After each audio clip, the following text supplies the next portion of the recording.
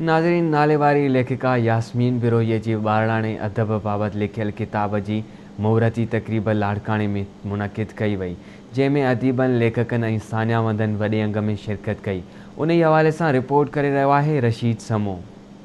Larkana art council of Pakistan के अदबी शोबे तरफा ॿारड़नि जी शायरी ते मुश्तमिल किताब सूंह ऐं संसार तक़रीब थी, जंहिंमें किताब जी लेखक यास्मीन बिरोही, प्रोफेसर मुख्तियार समो, मल्हार सिंधी, कादिर जागिरानी, अमन सुल्तान खोसो, सत्तार सरोई, मुमताज़ लोहार ऐं ॿियनि किताब ते पंहिंजे ख़्यालनि जो इज़हार कयो। उन मौक़े ते मुहूर्ती तक़रीब में शिरकत कंदड़नि आवाज़ टीवीअ सां ॻाल्हाईंदे चयो त ॿारड़नि जी तरबियत लाइ असांखे भरपूर किरदार अदा करणु घुरिजे। ॿारनि जे लाइ जेके आहिनि एंटरटेनमेंट जे लाइ कोई बि माना घटि शयूं थी वियूं आहिनि ऐं हाणे असां जेके आहे न ॿारनि खे जेके आहे छॾे ॾिनो आहे सिर्फ़ु मोबाइल ताईं, सोशल जेकी आहे मीडिया ते बसि ॿार वेठा आहिनि। पोइ कॾहिं त उहे शयूं पॉज़िटिव बि सिखनि था, कॾहिं नेगेटिव बि सिखनि था।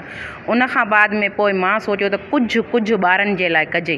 पोइ जेकी आहे हीअ हाणे पहिरीं काविश आहे मुंहिंजी, त मां हिकिड़ी नंढड़ी जीअं ॿारनि खे क्लास में पढ़ाईंदी आहियां, त क्लास में पढ़ाइण जे हिसाब सां जेकी आहे उन्हनि खे मां ॾिसंदी रहंदी आहियां।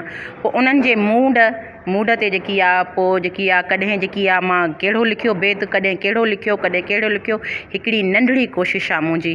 किताब जो टाइटल इहा ॿार सूंह ऐं संसार, यानी पूरो किताब हिकिड़े नंढड़नि ॿारनि जे लाइ लिखियो वियो आहे, उन्हनि खे अर्पणा कई वई आहे। सभ खां पहिरियों मां इहो ॿुधाईंदमि त हज़रत इमाम अली इस्लाम जिन जो फरमान बि आहे त हिन काइनात में कामयाबु इंसान उहो थी सघे थो पियो जेको दिलियूं ॿारनि जूं खटे वञे। ऐं इमाम अली इस्लाम जिन फरमान खे मद्देनज़र रखंदे मां ईअं चवंदमि त अगरि जे मैडम यास्मीन बिरोही जंहिं हिन किताब जो मुहूर्त जो रखियो आहे, असां सभिनी खे हिते पंहिंजे ख़ुशीअ में शरीक कयो आहे, त हे किताब जॾहिं ॿारनि खे अर्पणा कई वई आहे त मुंहिंजी उमेदु आहे त हिन मां काफ़ी ॿार मुस्तफ़ी थी सघंदा, इन जे ज़रिए काफ़ी उन्हनि जे इल्म में इज़ाफ़ो थींदो।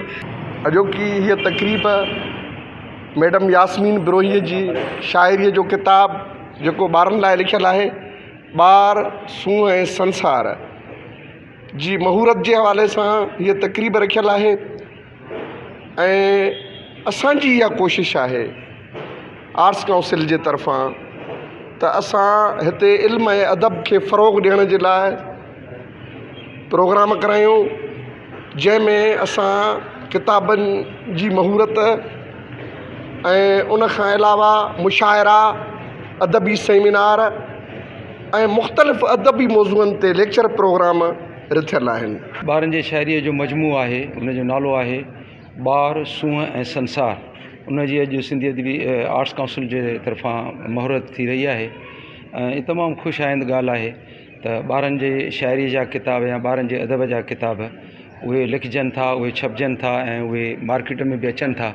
उन मौके ते किताब जी मुहूर्ती तक़रीब में एडिशनल कमिश्नर अमन सुल्तान खोसो, सरदार ज़फर हुसैन सांगी, मुमताज़ लोहार, प्रोफेसर ॼाम जमाली, डॉक्टर एहसान दानिश समेत वॾे अंग में शाइरनि ऐं अदीबनि शिरकत कई। कैमरामैन यासीन समो सां गॾु रशीद समो, आवाज़ टीवी, लाड़काणो।